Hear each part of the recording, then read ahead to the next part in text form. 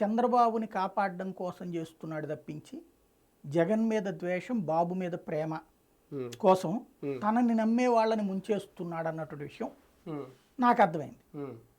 నేను ఆ రోజునే మాట్లాడా. అదే మొక్క జనం కూడా మాట్లాడారుగా. 2019లో పవనం పద్దాక అంటుంటాడు, నాకు ఒక విచిత్రమైన పదం నాకు ఇప్పటికీ అర్థం కాదు. ఆయన గెలిపించుకుని ఉంటే ఇట్ట చేసేవాడు, ఆయన గెలిపించుకుని ఉంటే ఆ గెలిపించుకోవడంలో కూడా రెండు మాటలు వచ్చినాయి మీరు అబ్జర్వ్ చేస్తే. మండపేట వారాహి సభలో మనం అప్పుడు 2.0లో కూడా చర్చించుకున్నాం. కనీసం 30 స్థానాలను నాకు ఇచ్చిండుంటే నేను గట్టిగా అడుగుండేవాడిని సీట్లని. మొన్న 24 స్థానాలు తీసుకున్న రోజు అన్నమాట, మీరు కనీసం 10 స్థానాల్లో నన్ను గెలిపించుండుంటే నేను గట్టిగా అడుగుండే. అంటే 30 సీట్లు అయితే 10 స్థానాలకు వచ్చారు, అంటే ఇక్కడ 24 కాబట్టి 24 చూసారు ఎంత డిఫరెన్స్ వచ్చిందో. ఏంటి ఆ మతలబు? ఏ ఎదవన్న ప్రపంచంలో రాజకీయం చేసే ఏదవన్నా నన్ను మీరు గెలిపించుకోండి, నన్ను మీరు గెలిపించుకోండి అని అడుగుతాడా? అదే మీరు గెలిపించుకోకపోతే మీ తప్పు అంటాడా? ఇదేమన్నా సినిమానా? ఫ్లాప్ అయితేనేమో డైరెక్టర్ దేను, సక్సెస్ అయితేనేమో హీరోది అనుకోవడానికి. అంటే మీరు తప్పు చేశారు, ఆ తప్పుకి అసలు గెలిపించుకోవడానికి ఎవడు నువ్వు?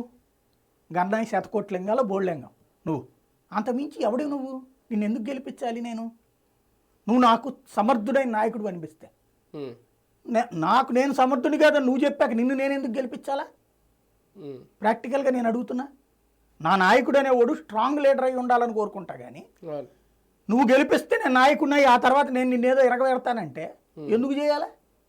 చంద్రబాబు నాయుడు అడుగుతున్నాడా నన్ను మీరు గెలిపించుకోలేకపోదు కాబట్టి అనేటువంటిది?